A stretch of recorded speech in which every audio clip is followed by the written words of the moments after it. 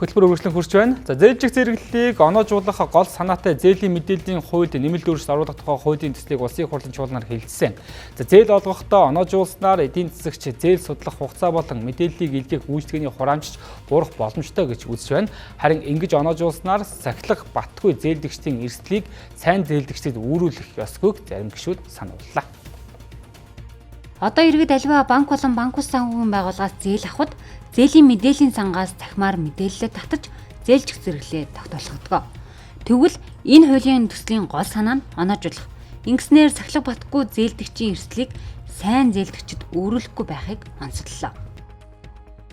Бидний хувьд ялангуяа зээлийн хөв бууруулахад эрсдэл ихтэй зээлдэгч нарын эрсдлийг эрсдэл багтай бага хэмжээний зээл авдаг хүмүүст үүрүүлээд байгаа. Үүнээс гарахад бол нэн чухал юм аа гэж үзэж байгаа. Тийм учраас энэ хуулийн төслийг үл дэмжиж байна. За энэ бол ингээл нэг муу зээлийн түүх үүсчихэд дараа нь тэрийг арилгахад их хэцүү.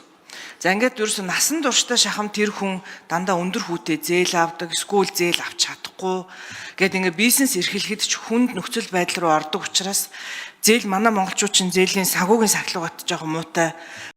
Харин зээлдэгчийн мэдээллийг хоёр компани илгээдэг байна. Ингэхдээ нэг удаад 3,000 төгрөг авдаг нь зээлдэгчийн эрхийг зөрчиж байна гэж үзлээ.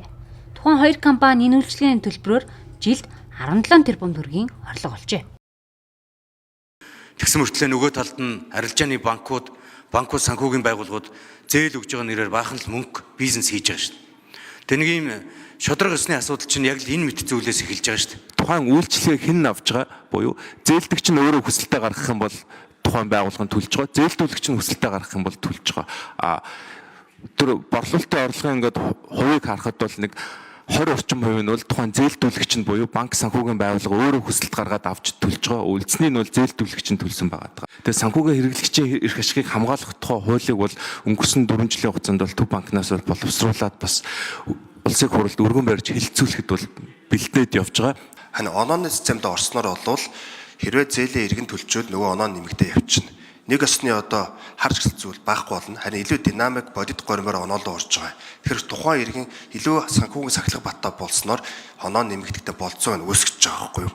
Зээлийн чанараас хамаарсан өөрчлөлтүүд орж байгаагаас биш санхүүгийн үйлчлэгээ авах эрх нь бол нээлттэй байгаа. Ямар тохиолдолд үйлчлэгээ авч чадахгүй байна гэхээр барьцаа хөрөнгөгүй буюу одоо барьцаагүй аппликейшны зээлүүд дээр бол энэ мэдээж бас харьцангуй хүндрэл бол учраад байгаа. Гэхдээ энэ зээлийн оноо гэдэг нь түрүү Бачуур гишүүн хэлсэн энэ бол бодит бит тус хөрөнгө юм аа.